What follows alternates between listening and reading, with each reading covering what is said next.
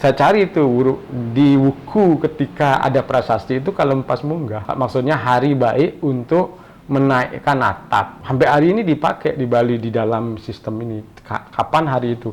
Artinya saya cek juga semua candi yang ada dine-dinenya, dewasanya kan di depannya ya, dari Jawa Tengah, Jawa ya sekarang namanya Jawa Tengah, kemudian Jawa Timur bagian barat, di Madiun begitu, kemudian Jawa Timur bagian tengah seperti Mojokerto ke timur Probolinggo itu saya cek semua dan memakai sistem kalender yang sama gitu. Karena aksaranya itu kelihatan mana yang tua, mana antar generasi beda. Beda. Jadi kalau ada orang ngaku punya lontar usia sekian, saya tahu itu bohong atau tidak. Lontar ini banyak sekali ditemukan.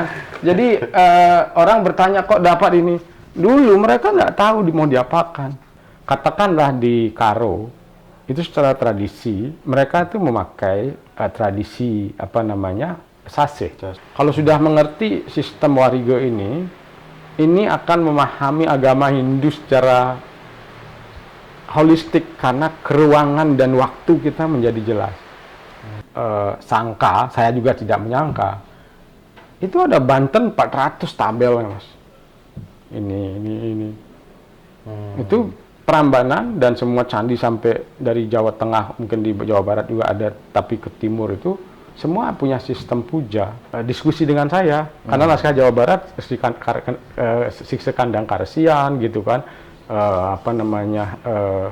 beberapa naskah yang lain, seperti Sang Hyang Ayu begitu, di Jawa Barat, sama isinya. Banten ritual, di Jawa ya, bukan Bali ya. Ini kan lontar dari Jawa. Jadi makanya kalau ada umat di Jawa bilang mereka dijawakan, dibalikan, enggak.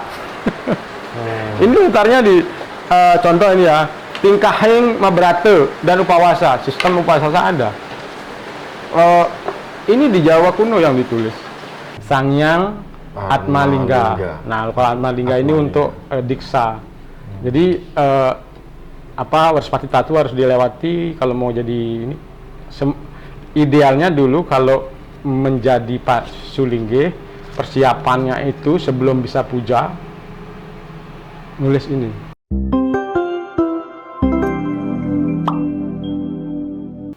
Om Swastiastu, pemirsa Hindu Channel. Kita hari ini Hindu Channel berada di Bali, khususnya bertemu dengan Guru Sukilanus. Hindu Channel dan juga pemirsa Hindu Channel ingin mengingat kembali bagaimana peradaban tentang doa, lontar, dan juga peninggalan leluhur. Om Swastiastu, Pak Sugi. Hari ini kita banyak ingin bertanya tentang lontar, tetapi yang menjadi pertanyaan pertama itu adalah dulu itu sebelum ada peradaban cetak yang saat ini itu seperti apa sih, Guru Sugi?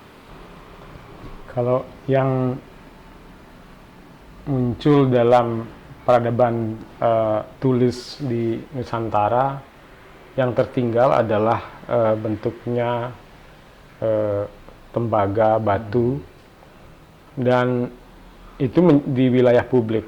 Ya. Jadi maksudnya jadi prasasti, kalau tembaga disimpan di candi, kemudian di penyimpanan khusus oleh raja-raja. Tapi yang menjadi alat belajar atau materi belajarnya itu adalah lontar yang seperti di depan ini. Reliefnya sudah ada di Borobudur. Jadi kalau Borobudur itu kita keliling kira-kira tidak kurang dari 20 relief membaca lontar. Dia ada guru, ada murid, kemudian yang menarik adalah perempuan banyak. Jadi soalan gender untuk membaca itu tidak ada di dalam, jadi semua, dan bahkan penembang-penembang terbaik itu di Prambanan juga begitu. Prambanan juga ada reliefnya, relief pembaca, kemudian orang makan, suguhan, ya kalau detail melihat Prambanan. Artinya kalau kita lihat Prambanan abad 9, kemudian bergerak ke, kalau di kurang lebih sama Borobudur, leluhur kita di Nusantara sudah sedemikian mengenal peradaban tulis.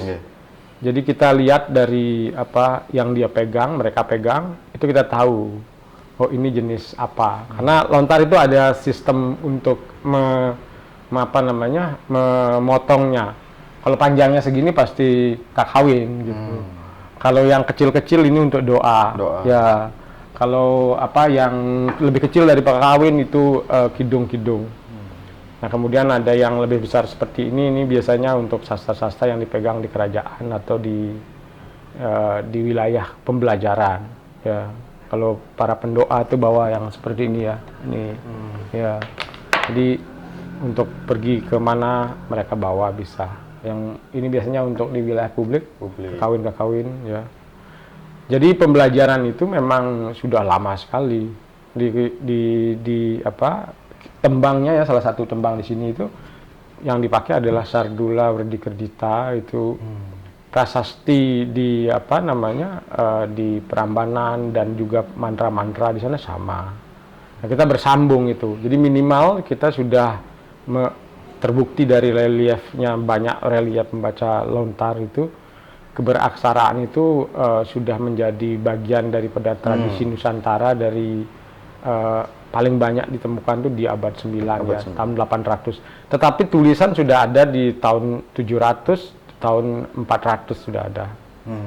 Nah, kita tidak sampai menemukan sisa-sisa lontar dari abad ke 700 ya, tidak bisa. Tetapi kemungkinan puja-pujanya kan terus disalin. Jadi ini bisa usianya 300 tahun, nanti disalin lagi. Penyalinannya nanti kalau udah lubang, itu biasanya kalau di sini ada beberapa yang dilewati ya, artinya naskah yang disalin mungkin lubang. Jadi konsisten menyalinnya. Nah, jadi peradaban itu diturunkan seperti buku biasa kan 100 tahun mungkin sudah lepuk ya. Dicetak ulang gitu. Tapi kalau mau mencetak ulang lontar harus ada tim atau perorangan, keluarga pandita, keluarga para pembelajar zaman dulu menyalinnya dengan konsisten, dan itu ada sekolahnya agar tidak lompat dari para penjaga manuskrip tuh ada dan diturunkan. Kalau sekarang di Bali itu di Sidemen itu, jadi para keluarga pandita di Sidemen merata itu bisa menulis lontar, dan memang tugasnya itu. Katakanlah Bali ya, tahun 1500 di mana pusatnya? Di Sidemahan itu. Jadi ada pusat pembelajaran, bukan di Kelungkungnya tapi di Sidemahannya. Tentu ada di Kelungkung ini baru ya, Gel-Gel gitu, sebelum itu Samprangan, di bergerak. Nah, di mana yang tertinggal sampai abad ke-16-17 dan terjejaki, salah satunya ada di sini Kidung Sudemalu, dan kemudian itu kemungkinannya ditulis di sana, termasuk juga Salonarang ya. Salonarang itu kan sebenarnya kan perjalanan Pubradah, jadi pemargan Pubradah lontarnya itu. Nah, itu ada tertulis di daerah Sidemen, paling tua itu. Jadi perjalanan itu sangat panjang kalau membicarakan pengetahuan. Ya, kalau sebelum cetak muncul, katakanlah di tahun 1800 dikenalkan di Bali ya. Jadi buku pertama tahun 1800 sekian di Bali muncul. Cetakan pertama orang Bali yang menulis ya. Nah, kemudian sebelum itu ya seperti ini formatnya. Kalau umpamanya seorang umat mau mempelajari ini, mereka harus ikut paguyuban pembebasan Nembang. Jadi prosesnya itu, proses pembelajarannya namanya Mabobasan. Tidak ada yang bisa mengakses lontar-lontar ini di tahun itu. Artinya sekarang pun makanya didirikan Gedong Kertio, Udayana, Pusdok itu untuk membuka kepada publik. Itu adalah koleksi-koleksi yang disumbangkan ya. Jadi bukan baru dan itu diseleksi. Ada pedande, ada Raja Buleleng dulu, kemudian ada tim-tim ahli yang menseleksi. Makanya sekarang kalau peradaban ini seperti lewat begitu saja, orang lupa bagaimana proses penurunannya. Mungkin kita akan kehilangan cara berpikir yang runut begitu ya.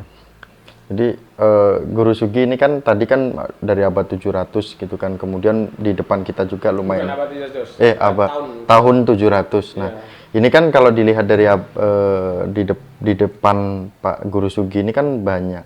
Kalau boleh tahu di belakang juga ada itu kira koleksi Ampura koleksi atau apa? Berapa banyak koleksi Guru Sugi? Nah, ini kan ya kalau dilihat ya seperti agak rumit ya gitu. Ya begini, kalau apa namanya di dalam tradisi penjaga teks itu biasa ada lontar. Maksudnya disalin, tapi nanti diseleksi siapa yang akan dipercaya. Kalau saya menunjuk ya, kalau kami dari utara di Buleleng, kalau di Sidemen itu ada geria-geria tradisional yang punya lontar. Nanti semua geria minta kopi ke sana. Network cendekiawan kuno tuh ada. Dan mereka tuh seperti umpamanya ada Raja Buleleng minta kopi dari Usana Bali kemana begitu. Nanti diutus orang untuk mengkopi itu. Kalau raja, terus kemudian kalau ada keluarga pandita seperti di tempat saya di sini ada satu kopi. Itu dikopi dari Gianyar satu. Jadi keluarga pandita di Gianyar. Ya. Nah kemudian ada lagi yang dari Karangasem. Ya, di tempat saya ada satu kopi. Maksudnya di sini ya. Saya di sini ada 700 naskah. Ada 700 naskah yang apa namanya? Kalau kita bicara ini saja ya. Ini salah satunya. Ini tutur Bagawan Indraloka. Kalau kita buka, ini ada 4, baru satu cakap itu ada 4 judul. Jadi kalau kita ada mengatakan ada 500 atau 100 saja cakap, itu bisa menjadi 150 judul, bisa lebih. Ya. Nah ini ada 3 dalam satu cakap. Cakapnya itu ini kan dari generasinya kakek, tulisannya kelihatan kan ini. 1, 2, 3, 4. Nah ini dirapikan, contohnya ini ya. Coba kita dikasih lihat ke kamera. Ini contohnya ya. Ini cakep namanya ini. Takepan, makanya takepan dia dicakepkan gitu. Ini tulisan kelihatan aksara Latin, tetapi kelihatan aksara Latin orang tua ya. Jadi ini Bagawan Indra Tatwa. Terus kemudian Gong Wesi, Gong Arum. Ya. Terus kemudian Sangyang Dharma Siwu Sumedang. Tiba-tiba ada Sikut Karang. Bagaimana caranya membuat rumah. Ya. Nah, hitungannya seperti itu. Ini satu naskah satu cakep itu 4 lontar ya. Kemudian di sini kalau yang lebih tebal itu ada 4 bagian. Awal yang di atas itu kebetulan saya nggak buka. Yang di atas itu adalah yang lemari sini adalah bagian kependetaan. Kependetaan saya kumpulkan begitu. Ada di sini ada 1, 2, 3, 4, 5, 7 lemari ya, 7 lemari. Lemari sini saya kumpulkan yang Melinggih, Dwi Jati, kemudian di bawahnya lagi ke Pemangkuan. Jadi kelihatan ada Eke Jati ini di bawahnya nih. Kalau yang sebelah sini ini saya kumpulan doa-doa terbuka ya. Jadi bersama alat-alat doanya ya. Nah kalau bagian sini ada justru yang di sana ya. Di sana itu ada Warigo. Warigo tuh kami punya 150. Nah ini Mas Miko ada di belakangnya. Nanti menjelaskan tikenya. Nah ini ada di sini satu. Sorry ya, loncat-loncat ya. Ini adalah penjelasan ini gitu. Tike ini. Jadi cinta landap ukir konten tahu lu gumber gua pada dan julangi sungsang dungal kuningan langkem dangsi pujut pangkul ulung pakai tampil langgung matal uyem dari pambakat balu gua yang lau dukut gitu. Itu gunung. Nah ini sama tikenya. Saya kebetulan suka tike kalau ada ini dari koleksi lama, tapi ini yang dibuat baru tahun 1930 barunya. Baru aja tahun 1930. Ya, jadi ya karena mengatakan baru kalau lontar kan lama itu yang mungkin 200 tahun ya. Nah ini saya kurang tahu, tapi sudah ada seperti ini. Yang busuk maksudnya yang remuk itu juga ada di rumah. Karena emang ini kan sebenarnya gampang dibuat. Nah penjelasannya itu ada tabelnya. Jadi seperti itu. Juga ada bagian sana itu karena tradisi kita kan ada penghujan, penerang gitu. Kalau usade itu kami punya 135 cakep ya. Terus 3 khusus itu usade. Penjelasannya itu sekitar 70 lontar. Lain lagi itu kalau contoh ya, kalau keputusan Empu Bradah pada ini isinya salah satunya adalah tentang pengobatan. Ketika terjadi wabah. Nah ini tiga naskah penjelasan cara pengobatannya ada terpisah begitu. Jadi kalau ini tidak disertai yang seperti ini, nanti bingung bacanya. Oh, jadi nggak bisa baca langsung ini. Ada tabelnya. Nah, ini kan tentang obat-obatan. Artinya ini passwordnya gitu, Pak Sugi. Ini adalah caranya memahami beberapa kata. Dan di sini ada juga naskah yang satu lagi namanya Kertebase Usade. Pembendaraan kata dan daftar tumbuhan yang disebutkan di sini. Kan namanya banyak. Di situ ada namanya Usade Kertebase Usade Kertebase. Itu artinya adalah kamus usade. Tumbuh-tumbuhan itu disebutkan sampai 500-an tumbuhan dengan nama yang berbeda.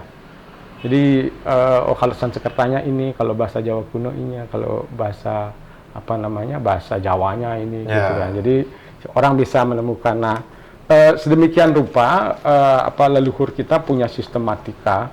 Kalau ini tadi saya jelaskan ya tabelnya nih, kalau warige ini kan sama. Nah ini, kalau tabel di sini ya. Boleh pegang? Boleh, itu enggak apa-apa. Itu dijelaskan. Ini adalah warige Sundari Terus ya. Sundari Terus ini adalah kitab untuk memahami ini tike. Dan ini turunannya jadi banyak. Ya, turunan dari Sundari-Sundari yang lain. Termasuk juga di sini ada yang kecil lagi ya. Ini ada, nah ini, ini Warige Gemet. Warige Gemet ini juga penjelasan ini kurang lebih seperti ini, tapi lebih detail karena ada tabelnya ya. Ada tabelnya ini kan sama nih, sama tabelnya. Jadi upacaranya apa, harinya apa. Satu ini dibagi jadi 7, satu garis nih, satu kolom ya. Sama dengan ini satu kolom juga, satu kolom. Jadi sinte ini landep ya, sinte ya, kalau di landep pasti ada tumpak landep kan. Di sini dijeblurkan tabelnya. Nanti sinte landep dan sebagainya, Saraswati. Terus kemudian ini adalah tidak hanya ngomong ini ngambil ayam, tidak boleh nanam apa, semua. Jadi berbagai jenis aktivitas, dan di sini adalah upacara-upacaranya, penjelasannya seperti itu. Nah, ini kalau punya seperti ini, jadi tabel ini yang dipakai oleh para pandita di masa lalu. Sehingga kalau orang nanya, menikah boleh? Ya boleh sini, kalau di sini nanti ada upacaranya yang lain gitu ditambahkan. Ya, tapi secara umum biasanya sudah ada pedoman umum untuk. Apa disebut kalender kalau di sekarang itu bukan? Ini kan tike ya. Tikenya itu artinya tetikan, itu artinya adalah kolom dan semua penjelasannya. Terdiri dari 30 kali 7, 210. Itulah siklik daripada sistem buku. Semua itu tentang warige itu biasanya sistem buku ada 2 yang kita pakai ya. Ini saya belum sempat saya tulis ini masih kotor gitu kan. Karena ada waktu-waktu tertentu. Kalau saya buka itu kalau saya kosong saya buka karena ada terus harus dibuka terus-menerus karena memang kalau tidak dibuka nanti bisa dimakan ngengat, tapi kami ada treatmentnya. Iya, maksudnya ini kan Guru Sugi ini kan tulisan-tulisan yang nggak bisa, artinya bisa pudar gitu ya Pak Sugi. Nah, untuk perawatannya itu? Pudar tidak. Oh tidak ya? Karena ini kan pakai bilah ini, pisau. Oh iya. Pisau dikrik ini. Ya. Saya lupa tadi menyiapkan pengrupa. Saya ada di box di bawah sana itu ada khusus alatnya. Ya, pengrupa, terus kemudian kemiri. Ini tidak pudar, tetapi akan dimakan ngengat. Pudar tidak akan pudar. Ya. Saya tidak berani mengklaim atau mengatakan bahwa ini naskah dari 300 tahun yang lalu, tetapi katanya orang tua itu kenapa dulu saya tidak dikasih buka karena ada beberapa yang sangat tua. Ya, dari mereka kepercayaan begitu, tapi tidak pernah lebih daripada 1000 tahun ya. Artinya ada lontar yang boleh dibuka oleh kita sebagai umat biasa, ada yang tidak boleh sama sekali, hanya resi-resi kita atau sulinggi kita, orang-orang suci kita gitu. Kalau dikatakan begitu bisa iya, karena orang biasa kan harus mengalami proses pembelajaran pegang lontar dulu. Kalau tidak tahu caranya nanti bisa patah. Sederhana aja, nggak usah magic ya. Tangannya mungkin kotor, kemudian nanti kalau kita ada alat untuk cuci tangan ya untuk ini sebelum itu. Nah, kemudian nutupnya juga. Ini semata-mata kenapa salah satunya kenapa kenapa leluhur kita itu pingit gitu, mensakralkan, satu karena yang nggak ada gunanya juga kalau buka-buka lontar nggak bisa baca kan. Ya. Terus prosesnya harus lewat memahami dulu seluruh kasanah aksara, kidung harus diketahui semua. Terus kemudian Mabebasan sudah, artinya Wirama sudah lewat, Sutesoma, kemudian Mahabharata sudah lewat begitu. Kemudian lewat lagi naskah-naskah yang lebih serius begitu ya. Baru nanti dimasuki. Jadi berjenjang biar nggak overdosis. Tiba-tiba baru baca satu, mau baca yang ini umpamanya gitu kan. Ini kan tentang aksara di tubuh dan kamununggalannya dalam puja gitu. Kayak kalau yang naskah seperti ini kan karena ada yang mau melihat, ya saya pertontonkan, saya tunjukkan ke publik. Saya sendiri tidak pernah sebenarnya membuka ini. Kalau ini biasa ya, kalau ini puja-puja yang memang ada sistem pujanya kalau melinggi kan diinstal sesuatu. Nah ini sistem itu lingga puja untuk melakukan penyucian gitu ya, pedoman untuk melakukan tindakan atau naik ke dalam kepanditaan ya. Artinya Pak Guru Sugi ini kan yang juga menyaksikan Hindu Channel hari ini juga kan ada, tidak hanya dari Bali saja Guru. Jadi ada dari Jawa, kemudian ada dari Kalimantan dan Sumatera juga. Artinya panduan-panduan tuntunan-tuntunan lontar ini sebenarnya memang untuk Hindu di Indonesia atau hanya untuk Hindu Bali, Guru Sugi? Mohon maaf menanyakan itu. Begini. Kalau saya mengatakan tike ini ya, kita ambil yang paling besar biar kelihatan ya. Sinto landep ukir kulantir taulu gumbra guariga pargadaan nyulangi sungsang dungulan kuningan langkir mdangsia pujut pang turut merakit tambir mdangguan matal uye menail perangbakat bale ugu wayang kelau dukut atau gunung di Wurukung. Di Wurukung itu adalah hari yang disebutkan di dalam prasasti di Prambanan. Ya, artinya apa? Kalender itu sudah dipakai. Yang disebut kalender Bali itu tidak Bali-Bali amat gitu. Maksudnya itu dipakai bersama Jawa dan Bali. Ya. Jadi tahun 800 itu sudah dipakai di di Jawa. Di Bali juga memakai secara bersama, tetapi yang tertua itu mungkin sekitar tahun 800-an yang pakai uku ya. 900 800 ya, itu di utara Bali prasasti. Tembaga itu nggak bisa berbohong itu. Nah, batu-batu di Jawa yang prasasti itu umumnya memakai ada yang sistem surya, tapi pakai uku. Jadi sistem yang dipercaya di dalam ini wariga ini adalah kalau menaikkan candi ya, menaikkan candi itu namanya kalempas munggah gitu. Kalempas munggah itu, empas itu adalah ini nih, ada di sini. Kalempas itu, empas itu apa ya? Bahasa Jawa jenengan tahu ya? Ini. Tahu. Ini empas kan? Kayak turtle, penyu yang kecil tuh. Iya. Empas itu bahasa Balinya, bahasa Jawanya. Cari kalempas munggah, kalau empas turun itu nggak boleh. Jadi cakra itu saya cari itu di wuku ketika ada prasasti itu kalempas munggah. Sama sistemnya. Maksudnya hari baik untuk menaikkan atap. Sampai hari ini dipakai di Bali di dalam sistem ini. Kapan hari itu? Artinya saya cek juga semua candi yang ada dine-dinenya tuh, dewasanya kan di depannya ya. Dari Jawa Tengah Jawa ya sekarang namanya Jawa Tengah, kemudian Jawa Timur bagian barat di Madiun begitu, kemudian Timur bagian tengah seperti Mojokerto, ke timur Probolinggo, itu saya cek semua dan memakai sistem kalender yang sama gitu. Oleh karena itu kalau mengatakan ini kalender Nusantara ya Paukon itu tidak ditemukan itu di India atau bahkan di Khmer atau di Malaysia tidak ditemukan. Ini khas Jawa, Nusantara. Ya. Nah, ini yang Nusantara sekali gitu. Jadi makanya ini penting pengetahuannya. Salah satu mungkin yang sebagai etnoscience kita sebut etnoscience. Ini justru etnoscience. Kalau ini terbuka sekali. Karena ini justru harus dibuka. Kayaknya saya ada tuh 150 lembarannya itu yang ada di belakang bisa diambil apa namanya? Yang satu ini yang paling dekat. Paling dekat. Nah, itu. Kalau bentuknya seperti ini mewah ya. Nah, ini versi untuk di kampung-kampung. Oh. Kampung-kampung kan, tapi juga mereka membuatnya ini namanya embat-embatan. Jadi begitu lontarnya dipotong, dilengkungkan. Ini nggak apa-apa nih. Dilengkungkan, direndam, direbus selama 8 hari. Terus diangkat, dijemur, diangkat sampai lemas dan keluar silulosanya apa yang serbuk-serbuknya.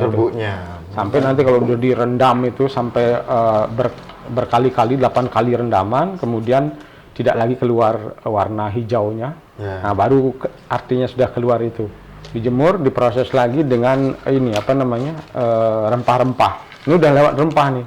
Ini kelihatannya seperti baru ya. Ini sudah 125 tahun. Ada tulisannya ini rempah ini. Tetapi memang ada lontar-lontar yang putih. Nah, itu coba yang satu lagi itu, coba dibuka. Itu kelihatannya lebih tua kan? Lebih tua. Belum tentu. Enggak, itu saya temukan di dapurnya orang, dapur kuno orang. Terus kemudian mereka taruhnya di api itu loh. Kalau Guru Sugi ngambil ini kayak gini boleh sama semeton kita di rumahnya? Boleh, maksudnya ini ditaruh di atasnya jalikan gitu ya, di atasnya dapur. Iya, ya, kan kena asap. Tapi itu cara perawatan yang tradisional, kan mereka nggak punya lemari. Kalau kelas yang punya lemari kan di puri, di geria gitu kan. Kalau di kampung, di desa, ya ini luar biasa bagus. Nah, apakah ini lebih tua daripada ini? Belum tentu juga ya. Ini apa, Mas Miko? Ini tabel penjelasan ini loh. Oh. Ini 30 lembar. Pasti 50 lembar. 30 lembar. Mungkin ini kita lebih gampang jelasnya. 1, 2, 3, 4, 5. Terdiri dari 7 hari gitu. Nah, 7 hari disebut sini. Kalau ini kan hari Senin, Selasa, Rabu, Kamis ya, di Indonesia kan begitu, 7 hari. Ini satu buku. Nah, pegang aja nggak apa-apa. Ini pengetahuan terbuka buat umum. Yang penting boleh kalau yang ya. Nah, ini ya, atau yang lebih terang lagi, yang saya biasanya pakai untuk workshop. Oh, ini ya. Ini lebih terang nih. Yang tahun 1930 itu. Tapi kalau ini kayaknya tahun 1980-an ya. Cukup baru ya. Oh iya, lebih terang. Lebih terang. Kalau ini ya, ini penjelasannya per lembar. Ini satu buku terdiri daripada 7 hari. 7 hari. Nah, ini satu buku, kalau bisa dibuka satu buku, bagian paling depan pasti sinte. Sinte ini kenapa ada tanda kali begini? Itu penjelasannya ada tuh di situ. Ya, mana? Nah, ini sinte landep ukir kuantir. Nah, kalau ini ya, kalau dicari kita sekarang dungulan di sini. Kenapa gininya? Ini kalau 3, ini dungulan di sini. Ya, Raditya semua Anggara Buddha di sininya nih lah kan. Buddha, untuk galungan. Kelihatan ini apa? Ya. Ini kliwon ya. Ya, itu kelihatannya kliwon. Terus kemudian kalau ini kalonya, terus kalau sinte landep, ini kliwonnya, Sabtu kliwon ya. Ya, itu berarti kan landep itu ada kliwonnya. Ketika ukunya ketemu kliwon, nanti dia menjadi tumpak gitu ya. Tetapi yang Sabtu ya. Kalau Selasa nanti ketemu kliwon tuh angkar kasih namanya. Sini ya sinte, landep, ukir, pelantir. Kulantir, Selasanya nih ketemu Kliwonnya. Ya, Raditis, Soma, Anggara Kliwon, ini Anggar kasih Kliwon gitu. Jadi 1, 2, 3, 4 ya. Ya, kemudian 1, 2, 3, 4 gitu. Hitungannya tuh lurus saja satu. Kalau hitungan kalau ini bisa dipakai tangan. Kalau saya dari kecil pakai tangan ya. Begini, Sinto, Landap, Ukir, Kontir, Taulu. Asal ketemu di sini, ini sama dengan ini gitu. Nanti pasti ada tumpak. Kalau di sini ketemu pasti ada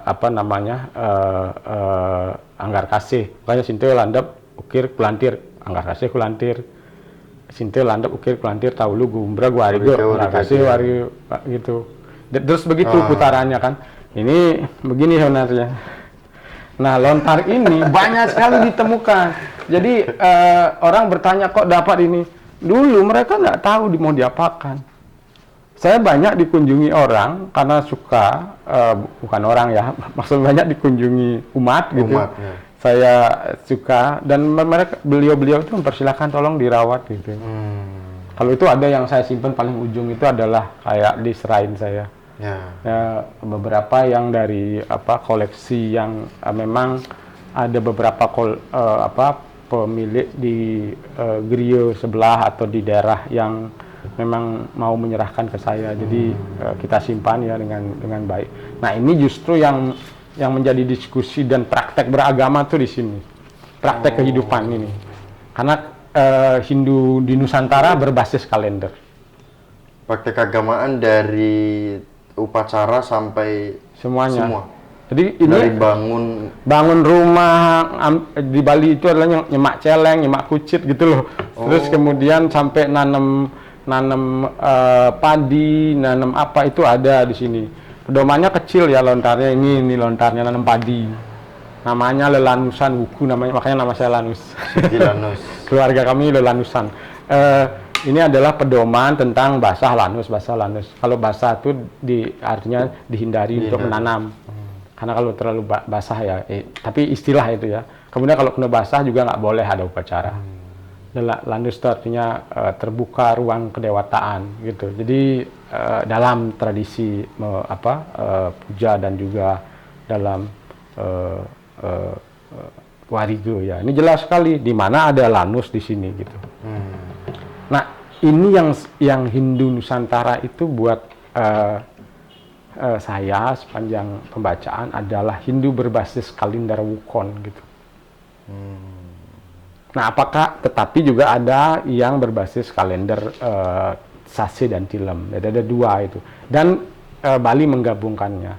Katakanlah di Karo itu secara tradisi mereka itu memakai tradisi Sase. Tradisi bulan ya, bulan matahari itu. Nah, di Jawa kuno, di dalam sastra Kawi itu yang seperti ini digabungkan. Jadi kompleksitas matematikanya menarik sekali gitu kan. Jadi itu justru yang saya undang kalau mau ngobrol ini aja yuk gitu. Kenapa? Karena kita menjadi punya agenda kebudayaan. Tanpa agenda kebudayaan seperti ini, orang Bali saya pikir tidak sekuat sekarang. Ya, jadi kita tahu Sinto sembahyang mana gitu, Banyu Pinaruh gitu kan di sini. Kenapa Sabtu waktu gunung ya kita mau merayakan kelahiran pengetahuan kan gitu. Mulai dari Saraswati. Mulainya dari Saraswati, baru besoknya ada upacara kan. Mulainya dari Saraswati, kelahiran tuh pengetahuan. Baru nanti di Sinto kan. Kalau dari tahu ini nanti semua peristiwa huru-hara baru terjadi Saraswati, baru sampai mulai Sinto. Sinto bergerak lagi, ketemu ini tiga kala Galungan. Besoknya lagi 1 minggunya lagi Kuningan, kita bertemu dengan ilmu pengetahuan dan para leluhur. Terus berjalan gini. Dan semua ini kalau dalam sistem Sundari terus dan juga warigo gemet gitu ya. Itu di semua ini ada Bude Cemeng, ada Bude nanti yang untuk bermeditasi di malam hari, untuk puja sendiri. Tambah lagi Galungan, tambah lagi Purnama, Tilem. Itu kan banyak sekali ruang untuk melakukan kontemplasi dan pembelajaran. Kalau sudah mengerti sistem warigo ini akan memahami agama Hindu secara holistik karena keruangan dan waktu kita menjadi jelas. Makanya kalau kita bandingkan dengan orang Islam ya, ada setiap tahun muncul bulan puasa. Bulan puasa. Kita punya ini Apa namanya? Mencari hilal. Mencari hilal ada begitu kan sistemnya itu. Kita punya sistemnya.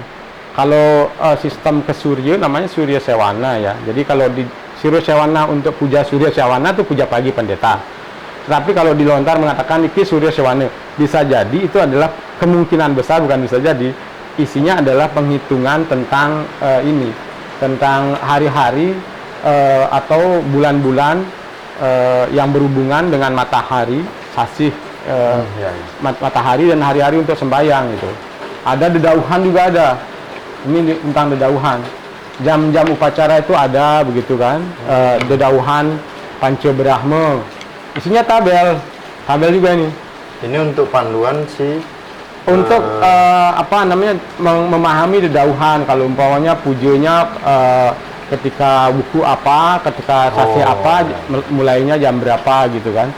Kemudian nanti dijelaskan ini secara keseluruhan mantra-mantranya. Di Banten Mas, Banten ritual di Jawa ya, bukan Bali ya. Ini kan lontar dari Jawa. Jadi makanya kalau ada umat di Jawa bilang mereka dijawakan, dibalikan, enggak.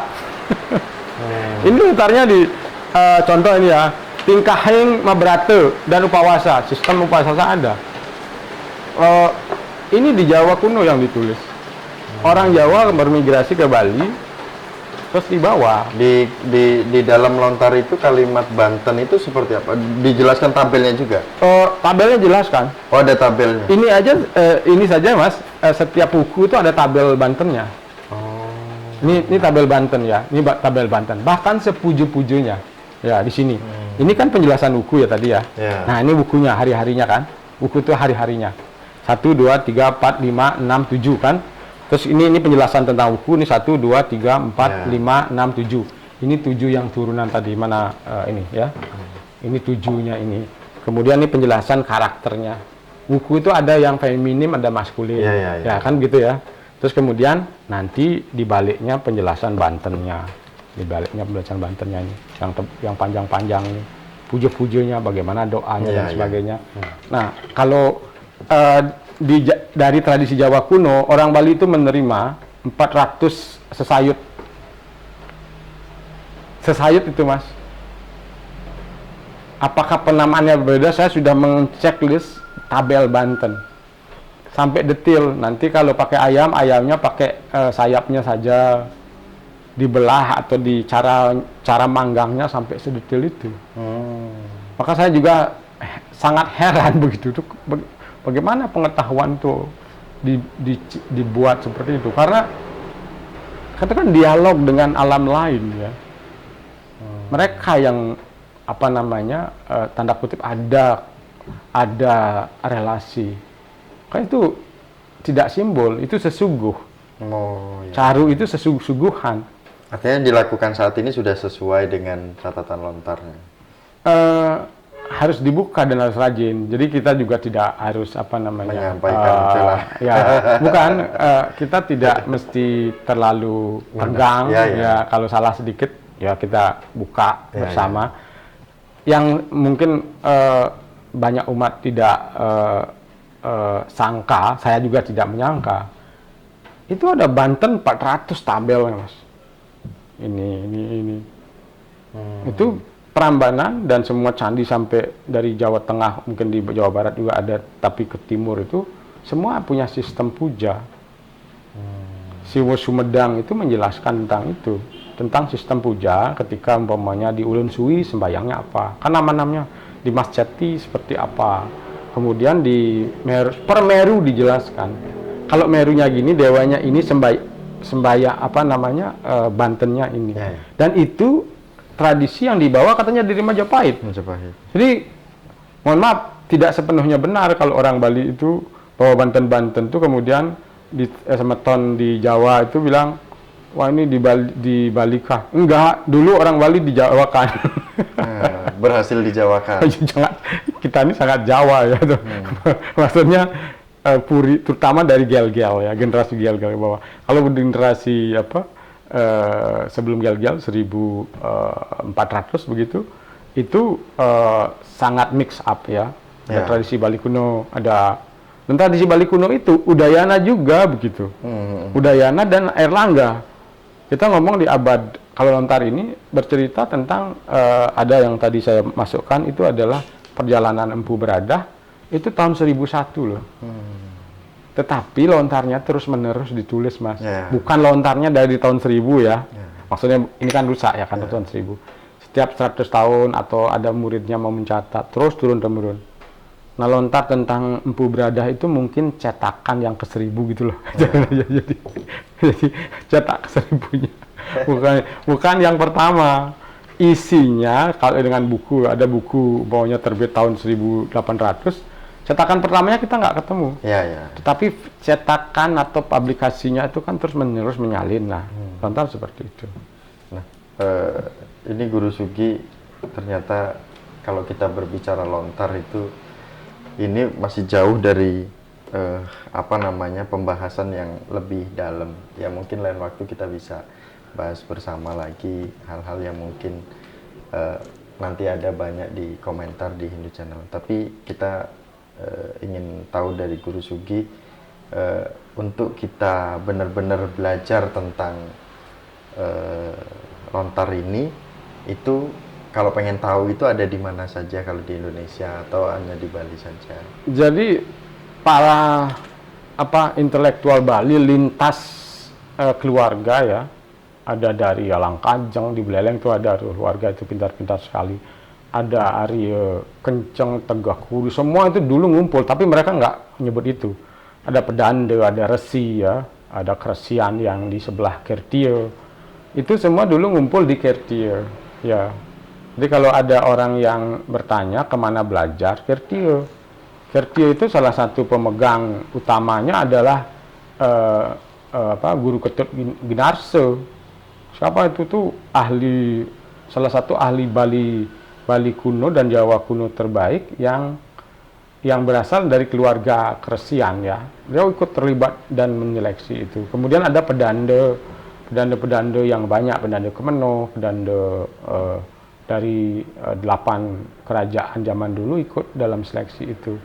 Jadi kalau orang sekarang tidak usah ragu, di sana sudah dibagi sistematika setiap box ya. Setiap ada satu box isinya adalah Weda begitu. Sistem Weda itu maksudnya adalah puja-puja pandita berbahasa Sanskerta. Nanti di sebelahnya ada agama. Agama itu artinya adalah panduan-panduan upakara dan juga terutama menyangkut kehidupan bernegara masuk di dalamnya. Nanti ada babad itu kan, kemudian ada warige. Semua itu sudah ada sistem pengetahuannya. Jadi lontar itu sudah dibagi-bagi. Dan kalau mau ya di Bali ya tadi itu Kirti yang saya rekomendasi terbaik, walaupun tidak ada yang menjaga seperti zaman dulu ya. Kedua Fakultas Sastra, Fakultas Ilmu Budaya, unit lontar itu jelas pembagiannya. Kemudian ada Usdok, itu pembagian pengetahuan. Jadi bukan diserakin, bukan dibagi ini Weda, ini agama, ini wariga, kemudian ini kidung, ini kakawin, ini lelampahan, terus kemudian ada lagi bebantenan begitu. Susun sedemikian rupa sehingga orang mau cari apa. Kalau orang mau belajar lontar harus tahu dulu spesifiknya. Kalau Mas Miko, saya mau tahu lontar. Mau tahu lontar itu sama dengan saya mau tahu buku gitu artinya. Mau yang mana? Oh, saya tertarik tentang hari-hari jatuhnya penanggalan dan juga penjadwalan upacara, maka perginya ke Warige. Warige itu banyak sekali ya. Di tempat saya aja ada tadi saya bilang ada 150 karena orang sudah tidak tahu mau diapakan ini. Ya. Saya dibawa-bawain ini. Saya dibawain tuh sekitar 20 gini loh, Mas. 20 begini. Apa disebutnya 20 bentuk? Ini kan sama dengan 20 ikat ya. 20 ikat. Ya, ikatnya itu berapa ini? 30. ya 30 terus sampai, dan bagus-bagus sekali Mas. Kenapa saya selalu senang untuk mengkoleksi? Karena aksaranya itu kelihatan mana yang tua, mana antar generasi beda. Beda. Jadi kalau ada orang ngaku punya lontar usia sekian, saya tahu itu bohong atau tidak. Ada juga orang bilang, ih lontar saya dapat baru ini. Enggak, ini kuno banget gitu, karena tulisan berkembang. Mas Miko kalau kakeknya nulis pasti miring-miring tuh kayak tadi itu ya. Tadi itu kayak pasti. Kalau saya ngasih judul pasti tegak kan. Dalam aksara Bali, dalam aksara Jawa juga ada perbedaannya. Jadi dan kita tahu itu tahun berapa ditulis. Ini pasti tahun 30-an ya kan. 1930 udah ditulisnya kan. Tapi kemungkinannya lontarnya lebih tua karena kakek itu mungkin biar nanti cucunya gampang lah kan dikasih ini gitu. Nah, zaman dulu seperti itu ya. Jadi ada aksara-aksara yang kita kami kodifikasi bahwa kita kelompokkan menjadi aksara tua. Makanya aksara Jawa kuno mula awal, aksara Bali kuno mula atau awal, pertengahan, akhirnya menjadi aksara Bali modern dan Jawa modern. Itu ada tabelnya, ada bentuk-bentuknya. Kami buat itu. Kebetulan tempat kami memang mempelajari. Saya dengan beberapa teman intensif mempelajari bentuk aksara dan pilihan kata. Nah, pilihan kata kakeknya Mas Miko kalau menulis pasti berbeda. Kita katakanlah begini, Tan Malaka kalau menulis akan berbeda dengan Sapatijo Kodamono begitu ya. Angkatan itu baru selisihnya 50 tahun ya. Enggak ada lagi kan 20 tahun. Tapi kalau kita naik lagi, Gurindam 12 tuh Raja Ali Aji itu berbeda bahasa Melayunya. Naik lagi tuh generasi padahal Melayu kan. Jadi kalau ada lontar yang mengatakan itu tua, kami bisa tahu dari diksinya, kata-katanya. Dan pengetahuan itu tidak bisa dibohongin begitu. Bukan kami, tapi sistem pengetahuan itu. Bentuk aksara, pilihan kata, kemudian enggak format menulis. Lontar ini kan banyak sekali jenisnya kan. Nah, kalau orang yang tahu menulis dari jauh aja udah tahu. Udah tahu. Oh ini isinya mantra ya gitu. Ini isinya gitu. Udah tahu. Karena ini seperti orang buat penjilidan zaman modern kan. Kalau ini enggak mungkin kekawin Mas, enggak mungkin ini ditulis ini. Kekawin itu kan panjang loh. Ya segini nih. Dan boxnya ada 2 nih Mas tuh. Nah ini juga kalau boleh berdiri saya ini Mas Miko nih Sutasoma ini kan. Ya Sutasoma nih yang dua partisi ya karena tebel. Ini tahun perkiraan. Sutasomanya kan dari Majapahit kan. Tetapi ini bukan dari Majapahit. Maksudnya yang dari Majapahit enggak disalin. Ini kalau di dalam penulisannya ada tahunnya. Tahunnya itu ditulis nih Mas. Kita nggak perlu Sutasoma itu semua orang tahu itu diciptakan di Majapahit kan. Tapi kita nggak harus mengklaim bahwa ini yang dibawa dari Majapahit. Enggak, ini baru ditulis 100 tahun yang lalu. 120 tahun yang lalu ada tahunnya di sini. Ini ada tahunnya nih. Nah ini Tuput Sinurat ya tanggal sekian nih. Ini ada nih Mas tahunnya. Jadi yang formal ya yang maksudnya kalau kita membaca naskah formal yang bertanggung jawab ada tahun selalu di belakangnya. Ini tahunnya ya. Ya Mas Miko dan teman-teman bisa kesini lagi. Nih Isaka, ini tahunnya Mas. Ya, lihat nih, ada 1 ya. Bisa baca nggak? Nanti kita belajar ya. Itu belajar. Ya, jadi ini 1 ya. Kemudian 8 ya, nih. Bisa di kamera nggak? 8 ya. Kemudian ini berapa nih? 5. Ini 3. 3 ya. Coba hitung nih. 1 8 5 3 berapa? 1853 tambah 78 Saka hitung-hitungnya. Ya Pakaryan De, Prande, Made, Kadiri, begitu. Jadi siapa yang nyurat ini? Ini sesuratan dari leluhur kami di utara yang diwariskan Ini kita ke perlu kami, banyak gitu kan. belajar lagi.